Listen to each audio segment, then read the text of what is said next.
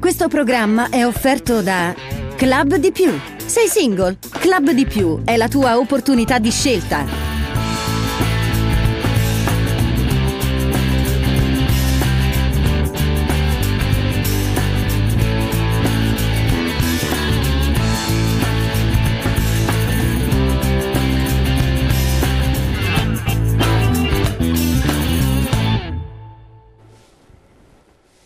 Cari telespettatori, ben ritornati qui con noi. Ci troviamo dopo i festeggiamenti, comunque la ricorrenza del 1° maggio, per fare un po' il punto della situazione sul mercato del lavoro. Lo facciamo sempre periodicamente, supportati naturalmente da chi si occupa di questo e in questo caso dai sindacati. Abbiamo il piacere di avere qui con noi in studio tanto CGIL quanto CISL, in modo particolare Andrea Moscatoba, CISL, segretario CISL, e Paolo Righetti, CGIL. Buongiorno, ben arrivato anche a lei. E allora, lavoro come opportunità, lavoro come diritto, lavoro non sufficientemente retribuito per moltissimi di voi che ci scrivono, peraltro, non sempre in regola, cambiamenti che ci sono stati, mancanza di opportunità per i più giovani, insomma ci sono tante problematiche ancora legate al mondo del lavoro. Pare incredibile, effettivamente, ci troviamo nel 2017, ancora dover parlare di questo, sembra che ciclicamente insomma sia tutto invariato, eppure il nostro paese risulta ancora critico da questo punto di vista. Il Presidente della Repubblica ha dato un po' un monito che questo può coinvolgere a livello istituzionale tutto il sistema, ma di fatto è così, non stiamo mica crescendo a livello occupazionale in modo interessante. Voi parto con lei perché avete fatto delle analisi dei dati, poi anche la CGIL naturalmente con delle rivendicazioni ancora in corso. Che cosa ne emerge? Siamo cresciuti, non siamo cresciuti, siamo ancora lì che languiamo? Diciamo che se il prodotto interno lordo cresce, il lavoro cresce meno del prodotto interno lordo, molto meno. Il PIL cresce poco comunque, il prodotto interno lordo cresce poco. Attorno all'1, dicono 1,1%, esatto. 0,1% in prospettiva, sì, che è la cosa che ci preoccupa di più, perché aver pianificato una crescita del prodotto interno per i prossimi 3 anni che è attorno all'1-1,3% nella migliore delle ipotesi, determina che cosa? Un impatto su tutto quello che è la conseguenza. Noi possiamo stare meglio se cresciamo tanto. Se non cresciamo tanto siamo obbligati a fare i conti in casa rispetto a richieste e rispetto a opportunità. È chiaro che pensare di crescere solo dell'1% all'anno per i prossimi 3 anni vuol dire che sul versante di quelle che saranno l'impatto sociale i rischi sono sicuramente grandi. E poi se il trend di crescita del lavoro è lo stesso trend che c'è stato negli ultimi anni, dove è stato negativo per un certo periodo, sono un paio d'anni che vediamo una inversione di tendenza, ma che però non è quella che ci rasserena rispetto alle prospettive, i punti interrogativi diventano tanti. Allora il problema a nostro parere qual è? Ma ieri lo dicevano bene anche CGIL, CISL, UIL dalla manifestazione nazionale. Il problema è che c'è un pezzo d'Italia che va e che è quella più internazionalizzata che lavora con l'estero, ma c'è un gran pezzo d'Italia che non va, perché la domanda interna è ferma, perché la situazione interna è bloccata. Allora bisogna trovare il modo per rimettere in moto energie anche all'interno, prefigurando anche sicuramente degli interventi. Ma quali sono gli interventi? Fino a ieri gli interventi sulle imprese sono stati fatti, noi riteniamo che oggi tocchi ai lavoratori e ai pensionati. E l'intervento che cosa deve essere? Deve essere un alleggerimento fiscale, perché solo con un alleggerimento fiscale che riporti capacità d'acquisto a stipendi, salari e pensioni possiamo pensare o pretendere o permetterci di rimettere in moto quella parte interna del paese che fino ad oggi è stata da un lato bloccata perché la domanda interna è bloccata, ma da quell'altro non è stato oggetto dei benefici legati anche al meccanismo di internazionalizzazione dei mercati. Ecco, queste sono cose sacrosante, il discorso di una fiscalità ormai fuori dalle possibili logiche comprensibili per gli altri paesi, perché chi sta all'estero e gli rappresenti quello che è anche un piccolo imprenditore, una partita IVA, un artigiano, quello che prende netto, un dipendente, non ci crede. Non ci credo in una tassazione così alta e abbiamo dei salari comunque ancora bassi, delle buste paga alquanto leggerine per lo più, salvo chi ha dei grandi picchi. Il problema è tra l'altro legato non solo a chi adesso prende una busta paga che non è sufficiente, che poi si vede botte di tasse da pagare che sconvolgono gli umani, ma anche dei giovani che vengono assunti con dei livelli retributivi molto più bassi rispetto a una volta, quindi con prospettive che fanno veramente piangere, no? Per cui c'è poco da dire, i giovani sono un problema occupazionale, anche se vengono assunti, però ti prendono magari la metà, insomma, non possono mica vivere fuori per conto proprio, crearsi una famiglia e pensare anche dei figli, no. Sì, il quadro di riferimento generale, quello descritto, è quello, insomma, per cui ci sono vari strumenti di possibile intervento, non uno solo. Quindi voi li avete analizzati questi strumenti? Sì, uno è stato quello che hai richiamato, ovviamente bisogna rilanciare la domanda interna, per rilanciare la domanda interna ci vuole lavoro, dopo poi lo riprendo, e qualità del lavoro e qualità delle retribuzioni e anche un reddito, un incremento dei redditi da lavoro. Ovviamente per andare in questa direzione, per incrementare il reddito complessivo, bisogna fare degli interventi sia di natura fiscale, finalmente rivolti al mondo del lavoro dipendente e dei pensionati, perché molti interventi sono stati fatti in termini di sgravi fiscali, anche discutibili sul piano dei risultati nei confronti delle imprese. Anche lì c'è una tassazione molto alta però sono stati fatti interventi molto spesso a pioggia, con la logica dei bonus, con la logica dello sgravio per tutti. Noi diciamo che invece devono essere più mirati a chi fa investimenti, a chi garantisce una crescita dimensionale, occupazionale vera e non solo transitoria. Ma adesso serve un intervento di riduzione della pressione fiscale sul lavoro, sui lavoratori dipendenti e sui pensionati. Serve intervenire anche sui salari. Per intervenire sui salari, per determinare un incremento del reddito complessivo che poi favorisce un rilancio della domanda interna, che è uno dei fattori più negativi che pesa sull'economia e sulla situazione produttiva italiana, bisogna intervenire innanzitutto rinnovando i contratti, a partire da quelli dei pubblici dipendenti, ma anche nei settori privati dove facciamo tante difficoltà a rinnovare i contratti nelle scadenze giuste e a condizioni dignitose, insomma, di riconoscimento del valore del lavoro. E poi bisogna anche ridurre complessivamente il livello di precarietà, che è ancora altissimo nel nostro Paese e che porta soprattutto i giovani, ma non solo i giovani, perché oramai il mondo del lavoro, per come si è frammentato, il tema precarietà riguarda e impatta con tantissimi lavoratori, anche non solo giovani. Pensiamo a tutto il mondo degli appalti, delle cooperative, soprattutto al mondo frammentato con cui la produzione si è evoluta in questi ultimi anni, per cui introducendo elementi che riducano questo livello di precarietà e che diano una possibilità di un riconoscimento dignitoso del lavoro che si fa in base alle proprie competenze sia di istruzione sia professionali che si sono maturate. È un discorso che riguarda in particolare i giovani, per impedire che vadano a cercare non solo lavoro, ma anche un riconoscimento del valore del proprio lavoro che sia adeguato e dignitoso all'estero,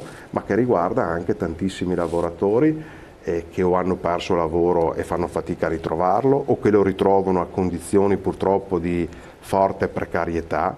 Tanto è vero che le statistiche, insomma, dimostrano che c'è non solo un aumento generale, una crescita generale della soglia di povertà per chi è escluso dal mondo del lavoro, ma oramai la soglia di povertà sfiora anche in parte chi lavora, proprio perché chi è in una condizione di avere un lavoro precario oppure di lavorare poche ore, no, perché quello è la condizione che trova, pur avendo un lavoro che viene conteggiato anche in termini occupazionali, ha una condizione invece di difficoltà rispetto alle proprie condizioni di vita.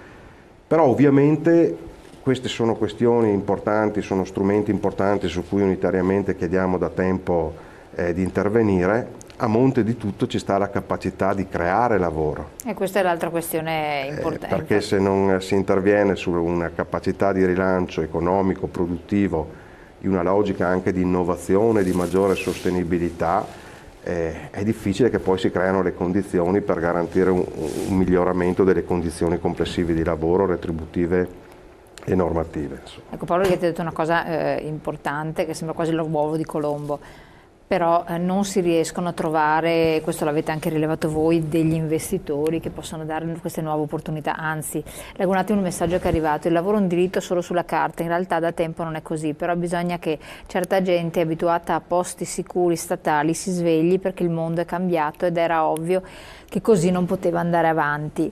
Ecco, appunto qua ci riallacciamo a, per esempio, adesso abbiamo il caso all'Italia, che non sarà l'unico, avremo delle banche che sono previsti anche lì di moltissimi migliaia di licenziamenti, ci sono tante situazioni dove verranno a mancare questi posti di lavoro, invece che crearsi nuove opportunità, da noi queste opportunità vengono meno, per varie situazioni, adesso non andiamo a indagare responsabile chi cosa, e noi non siamo attrattivi per investitori, anzi le aziende cercano sempre nuove realtà dove andare ad insediarsi, perché comunque da noi, per quanto si sia fatto, non è mai a sufficienza, un posto di lavoro costa il doppio a un imprenditore, quindi ci pensa bene prima di mettere in piedi un'attività.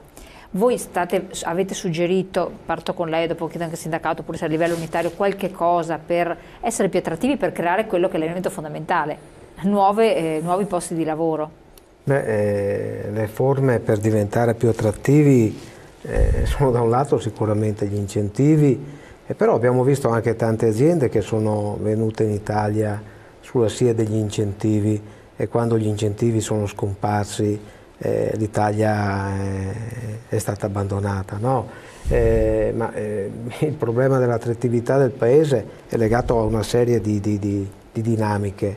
Il costo dell'energia non è cosa di poco conto, perché se noi pensiamo che mediamente in Italia l'energia ha tra energia e tutti oneri e accessori un costo per le imprese che è mediamente superiore al 25-30% rispetto a un altro paese europeo, pensiamo già che non è un costo di poco conto. Ma pensiamo anche ai tempi della giustizia, quando bisogna eventualmente dirimere quelle che sono delle controversie, che in un paese ci sono dei tempi che magari in Francia sono un terzo di quelli che ci sono in Italia. Io ho fatto solo due piccoli esempi per comprendere che spesso e volentieri nella dinamica mentale di chi dice che il problema del lavoro in Italia è perché c'è il sindacato che è troppo retroguardista, oppure ci sono altre dinamiche di rigidità nel mercato del lavoro e quant'altro, ma fino adesso ci siamo concentrati su queste, si è concentrati su queste. Si è cercato in modo sbagliato o anche alle volte giusto di intervenire, è diventato un po' la moda intervenire negli ultimi 15 anni esclusivamente sul mercato del lavoro, sì. Però per quanto concerne le dinamiche legate come si dice, alla lentezza della giustizia, le dinamiche legate alla corruzione, che è un altro elemento, non c'è un paese che riesca ad essere più appetibile in quanto è più corrotto, no. Ma non c'è da nessuna parte, no? Quindi il problema della corruzione è un altro elemento, il problema dell'energia, questi problemi però non sono stati risolti. Allora, esatto, infatti perché noi ci ritroviamo ciclicamente a parlare sempre delle stesse cose alla fine. Sì, perché cambiano i governi, promettono l'ira di Dio e non fanno assolutamente nulla, se non piccole cose. Io ho una convinzione, dopo ovviamente è personale e soggettiva, che la cosa più semplice su cui si poteva intervenire negli ultimi 20 anni era cambiare le regole del mercato del lavoro, perché era la cosa che costava meno e comunque si interveniva su altre dinamiche. Però invece quelle cose che potevano essere utili ma costavano investimenti non sono state fatte. Allora la corruzione ce l'abbiamo ancora quasi inalterata. I meccanismi della giustizia li abbiamo ancora quasi inalterati, l'energia quasi inalterata. Allora la domanda è: quali sono gli elementi di appetibilità del sistema paese? CGIL e CISL e UIL propongono un grande accordo sociale, ma non possiamo neppure dimenticarci una cosa, che fino a, dico un po' prima di settembre a memoria, si aveva difficoltà anche nel costruire una relazione, no? Perché per costruire momenti di condivisione bisogna avere anche momenti di cointeresse. Se però manca la relazione è chiaro che il problema si moltiplica per 10. Allora noi riteniamo le proposte che facciamo quali sono. Noi siamo una forza sociale, non siamo ovviamente una forza di governo, perché noi con i governi ci andiamo d'accordo, con i governi cerchiamo di relazionarci, cerchiamo di assumere degli obiettivi comuni, però l'aspetto comunque decisionale lo mantiene sempre soltanto chi ha il potere legislativo. Però riteniamo che forse in Italia dovrebbe arrivare il momento in cui, anziché avere o risposte semplicistiche oppure una guerra latente infinita, si dovrebbe avere della collaborazione, della coesione e delle proposte che possono prefigurare anche degli scambi di impegno utili a migliorare la condizione del lavoro in Italia. Allora miglioreremo per tutti. concorda su cui ho visto che anche arriva una cosa a livello unitario. E quindi secondo voi concretamente da cosa bisognerebbe partire? Sì, non voglio ripetere, cioè, il dato vero è questo: i fattori che determinano una condizione di difficoltà nell'economia italiana, anche nella competizione globale, la difficoltà ad essere attrattivi, sono quelli che sono stati descritti. Però qua in Italia andiamo avanti da tempo e si continua ad avere questa impostazione per molti versi, pensando che il problema vero sia il costo del lavoro, per cui bisogna intervenire continuamente riducendo il costo del lavoro, che poi vuol dire intervenire sulle condizioni di lavoro, materiali, sulle retribuzioni, sulla precarietà e via dicendo. No, i veri fattori sono gli altri, per cui le risorse che ci sono, poi c'è anche un tema di dove si potrebbero reperire le risorse e soprattutto di come si usano.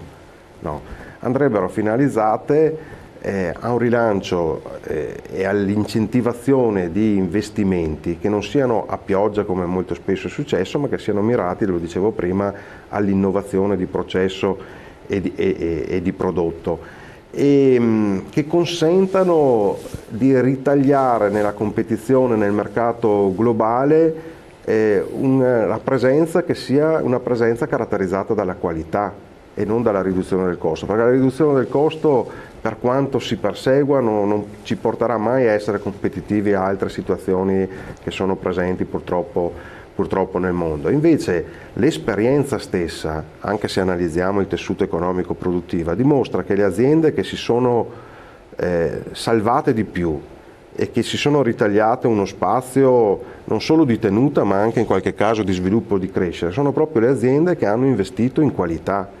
non solo di strumenti, di processi, ma anche valorizzando le risorse umane in termini di professionalità e riconoscimento del valore della loro prestazione, e di casi ce ne sono, insomma, purtroppo limitati. Ecco, da questo punto di vista noi, almeno come CGIL, pensiamo che un ruolo importante e decisivo deve averlo comunque il pubblico, la politica, se vogliamo chiamarla così. Sia in termini di programmazione, sia in termini di selezione degli incentivi e degli investimenti e degli incentivi che si danno al sistema delle imprese, ma anche in termini di promozione diretta. Può sembrare un filone astratto che si riprende senza concretezza, invece noi pensiamo che sia un elemento molto concreto. In questa fase che non è più di crisi totale, insomma, ci sono elementi di crescita, ma con le caratteristiche che è stato detto prima, molto lenta, e ancora più lentamente si traduce in recupero dal punto di vista occupazionale. Certo. Serve un volano per gli investimenti, e il volano può metterlo il pubblico, ovviamente individuando dove prendere le risorse e selezionando dove spenderle. Ecco il piano del lavoro. Noi come CGIL l'abbiamo presentato da qualche anno, l'abbiamo declinato con proposte concrete anche nei territori, anche nella nostra regione, ma è insomma il richiamo che è stato fatto alla manifestazione del 1° maggio di ieri unitariamente, è stato ripreso anche dal Presidente della Repubblica. Però c'è un ruolo del pubblico che è indispensabile. Pensiamo a quanti interventi, quante volte ce lo siamo detti, insomma, si potrebbero mettere in moto dal punto di vista dell'assetto, della messa a salvaguardia e sicurezza dell'assetto idrogeologico, del territorio, quindi degli investimenti. Secondo voi puntare un po' su questo aspetto qui? Sì, perché questo farebbe da volano, potrebbe far da volano ovviamente a un rilancio complessivo di tanti settori e ambiti produttivi. Ecco, prima di andare in pubblicità abbiamo un messaggio, l'ultimo che è arrivato, vediamo di leggerlo anche insieme, che mi pare richiamasse questo aspetto qua. Il lavoro cresce poco, vero? Le risorse vanno impiegate per mantenere i privilegi vari, da pensioni d'oro a stipendi fuori da ogni etica e posti di lavoro nel pubblico inutili, sulla cui riduzione non si vuole intervenire. Tante parole, pochissimi fatti. Vuole commentare il messaggio? È condivisibile in parte, nel senso che sulle pensioni d'oro o sui privilegi io ritengo che il privilegio possa essere solo una conseguenza dell'opportunità, per cui non ci debbano essere e si debba intervenire, mentre sull'aspetto legato al pubblico, vabbè, io penso che sia un po' la conseguenza di un'abitudine e di un retropensiero che viene dal passato, nel senso che oggi il pubblico è bloccato, le assunzioni del pubblico impiego sono bloccate da parecchi anni, così come erano bloccati i contratti.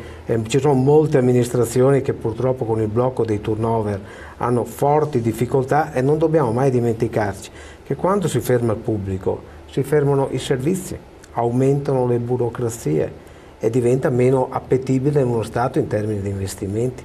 Perché se qualcuno deve venire in Italia e per aprire un'attività ci impiega il triplo di quello che ci impiega in Francia, e là magari trova anche l'energia meno cara, forse va in Francia.